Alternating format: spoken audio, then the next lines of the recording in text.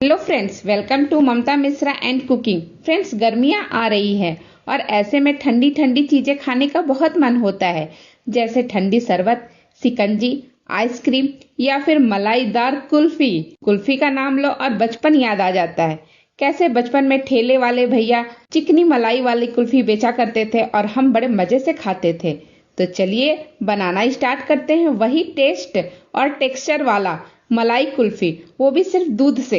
मलाई कुल्फी के लिए हमने फुल क्रीम वाला दूध लिया है 1 लीटर और इसको इस तरह से बॉईल करने के लिए एक बड़े से कढ़ाई में या फिर टोप में आप बॉईल कीजिए और हाँ, तेज आंच पे कीजिएगा बॉईल।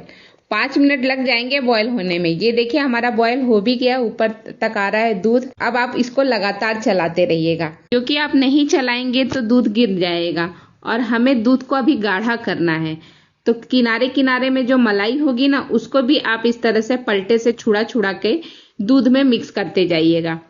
अब देखिए ये खोलते खोलते 5 मिनट और हो गए हैं। अब मैं इसमें थोड़ा इलायची पाउडर इसी वक्त डाल दे रही हूँ। बॉईल होने में 5 मिनट लगा और 5 मिनट अभी लगा। इसको और गाढ़ा करना है, तो इसको हम ऐसे ही चलाते रहेंगे और हमें 10 या 15 मिनट लग जाएंगे इसको गाढ़ा करने में। तो 10 मिनट के बाद मैं आपको फिर से दिखाती हूँ कि कितना हुआ है गाढ़ा। अब ये देखिए, आपको दिख रहा होगा कि काफी गाढ़ा हो गया है। अब हमने ये कॉर्नफ्लावर लिया है 1 चम्मच, ज्यादा नहीं, सिर्फ 1 चम्मच लीजिएगा कॉर्नफ्लावर। और इसमें नॉर्मल दूध आप थोड़ा सा डाल लीजिएगा, ज्यादा नहीं, 3 से 4 चम्मच डालिएगा नॉर्मल दूध। और इसको अच्छी तरह से मिक्स कीजिएगा। मैं अच्छी तरह से मिक्स करके एक पतला स्लरी या घोल बना करके रेडी करूंगी। देखिए कुछ इस तरह से। और इसको एक साथ मत डालिएगा दूध में, इसको एक एक चम्मच, जिस तरह से मैं दिखा रही हूँ, 1 चम्मच डालिएगा और साथ में चलाते जाइएगा। इस तरह से क्या होगा कि अच्छी तरह से मिक्स हो जाएगा, लम्स नहीं पड़ेंगे।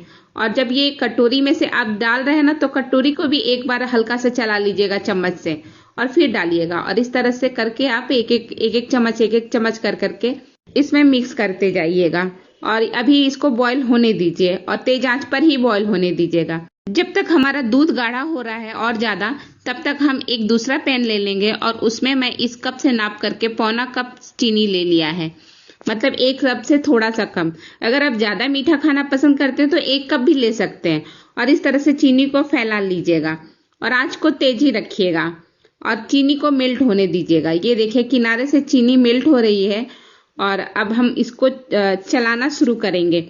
तो देखिए इस तरह से आप इसको अच्छी तरह से चलाते रहिएगा, लगातार चलाते रहिएगा, आंच को तेज ही रखिएगा। और इस तरह से आप लगातार चलाएंगे तो आपको 3 से 4 मिनट लग जाएगा इस तरह से पतला होने में चीनी को। इसे ही कार्मेलाइज्ड शुगर कहते हैं, यानी चीनी मेल्ट होता है। इसमें हम पानी अभी तक बिल्कुल नहीं डाले हैं, अपने आप से शुगर मेल्ट हुआ है। तो आप जब मिष्टी दही भी बनाते हैं ना, तभी भी आप इसी तरह से बना सकते हैं। और अब मैं इसमें, ये अच्छी तरह से मेल्ट हो गया। अब इसमें मैं 1 चम्मच के करीब पानी ऐड कर रही हूँ। पानी ऐड जैसे करेंगे वैसे ये वापस से सिकुड़ना शुरू करेगा, डरने की कोई बात नहीं है। आप वापस से इसको चलाते रहिए, पानी अपने आप से मिक्स हो जाएगा।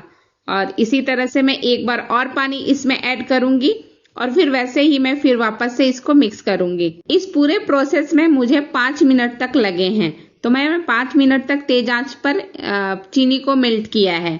तो अब ये हमारा चीनी बिल्कुल मेल्ट हो गया है, अच्छी तरह से बन गया है।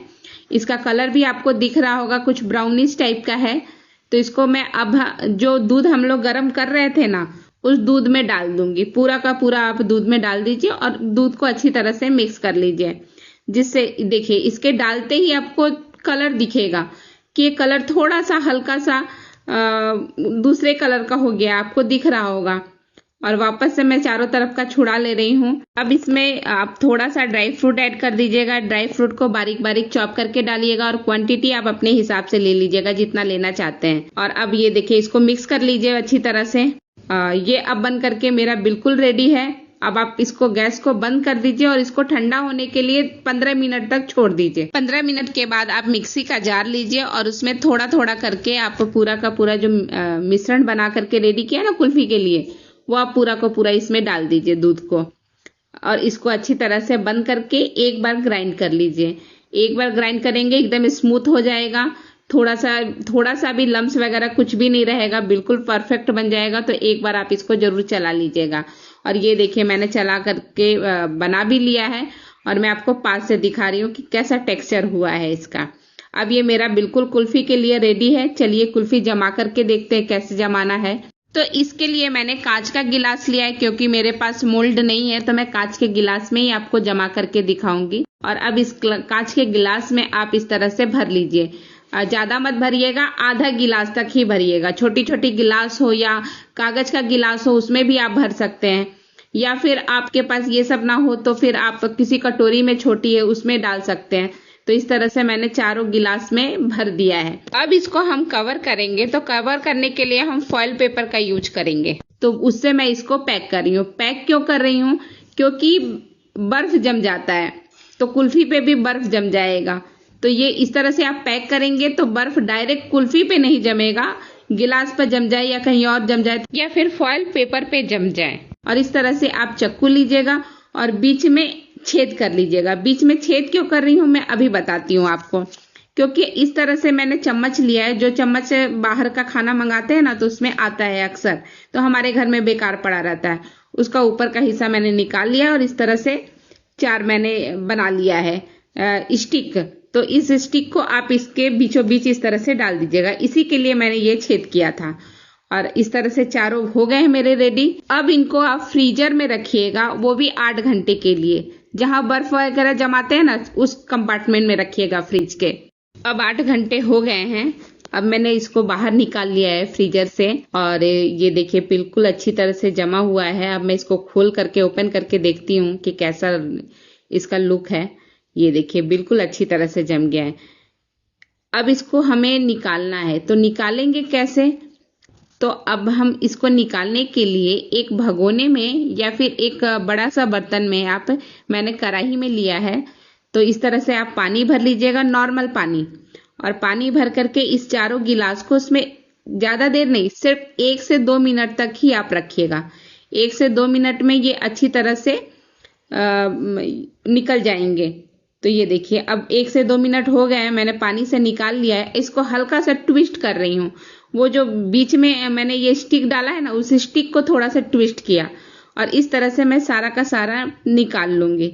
मैंने 4 ही बनाया तो 4 मेरे निकल गए हैं। और हाँ, मैंने इसको बर्फ वाले ये में रखा है कंटेनर में, क्योंकि इस तरह से रखने से पिघलना थोड़ा सा स्पीड स्लो रहेगा पिघलने का। और ये मैंने थोड़ा सा ड्राई फ्रूट से वापस से डेकोरेट कर लिया। थोड़े गुलाब के पेटल्स थे मेरे पास सूखे हुए, उससे भी डेकोरेट कर लिया। अब ये देखिए कितना सुंदर लग रहा है और खाने में तो ये बहुत ही यमी होता है, बहुत ही टेस्टी होता है। तो बस इस समर में आप अपने घर पे बनाइए और सबको खिलाइए। बच्चों को तो बहुत ही पसंद आएगा और आप भी अपने बचपन को इसी बहाने याद कर लीजिएगा। वो भूली हुई सारी यादें याद आ जाएंगी और इसका टेस्ट तो लाजवाब है ही। तो फिर बनाइए। और इसी के साथ ये वीडियो मैं यहीं खत्म करती हूँ। वीडियो देखने के लिए आप लोग का बहुत बहुत धन्यवाद। Thank you.